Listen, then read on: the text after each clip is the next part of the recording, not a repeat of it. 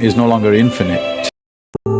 Video, I'll share the life lessons that led me to this decision, from the way time feels more precious as we age, to how relationships naturally change, and even why solitude has become a source of joy rather than loneliness. If this resonates with you or even challenges your perspective, you're in the right place. Take a moment to like this video and subscribe to the Candle of Wisdom channel. Together, we'll explore how embracing these truths can lead to a simpler, more fulfilling life. Let's get started. One time feels more precious than ever at 65. One thing becomes crystal clear: time is no longer infinite. When we were younger, it felt like we had all the time in the world. We'd waste hours on meaningless conversations, relationships that didn't fulfill us, or obligations we took on out of guilt. But now, every moment feels like a gift, and it's not something I'm willing to squander anymore. This shift doesn't come from fear, it comes from wisdom. Time isn't just enough number on a clock anymore, it's the foundation of how I choose to live my life. Every sunrise feels more vibrant, every conversation with someone I truly care about feels deeper even. The quiet moments like sipping my coffee or walking in the park hold a significance I never noticed before. I've learned that not everything and everyone deserves a slice of my time. This isn't selfish, it's practical. As we grow older, it's essential to step back and ask, is this worth my energy? Does it bring me joy? Does it align with my values? If the answer is no, I let it go. Because the truth is, time spent on things that don't matter is time stolen from the things that do. One way I've embraced this perspective is by simplifying my relationships. I no longer say yes to every invitation or engage in shallow conversations just to be polite. Instead, I seek out connections that feel real, where I can be myself and where the other person values my time as much as I do. A meaningful conversation over tea beats a crowded gathering where I feel invisible every single time. This isn't about isolating myself, it's about honoring my life. I've started to see time as a trusted companion. It reminds me to slow down and savor the moments I once rushed through. It tells me to choose wisely, because every choice has weight, and it reassures me that it's okay to let go of what no longer serves me. If you're finding yourself with similar thoughts, I want you to know you're not alone. There's no rule book for how to spend your time in this stage of life. But here's what I've discovered: focus on what matters.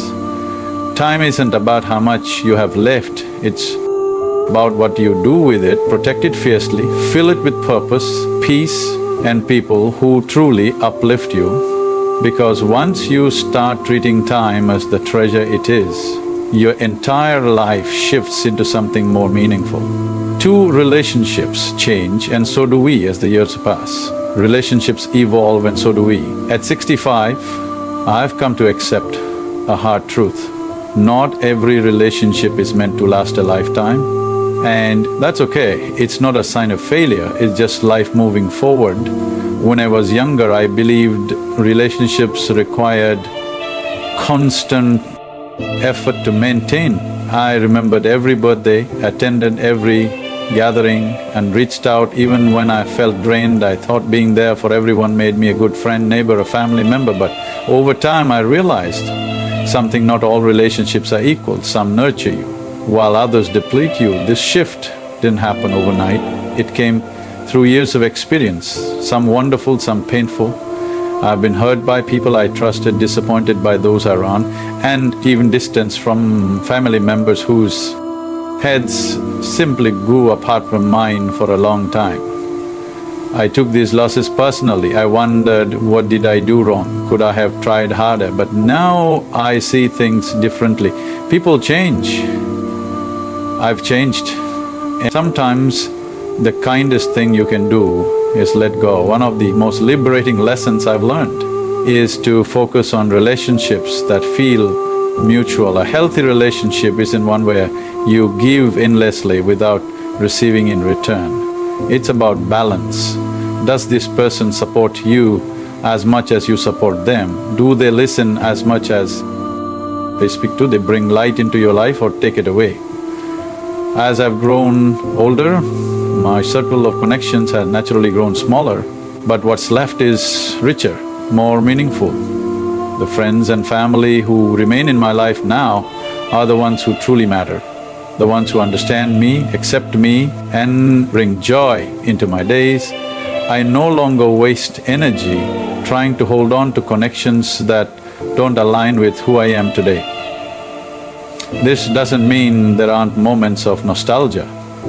Sometimes I think about friends I've lost touch with, or family members whose lives have taken different directions, but instead of regret, I feel gratitude. Those relationships shaped me, taught me lessons and gave me memories I'll always cherish.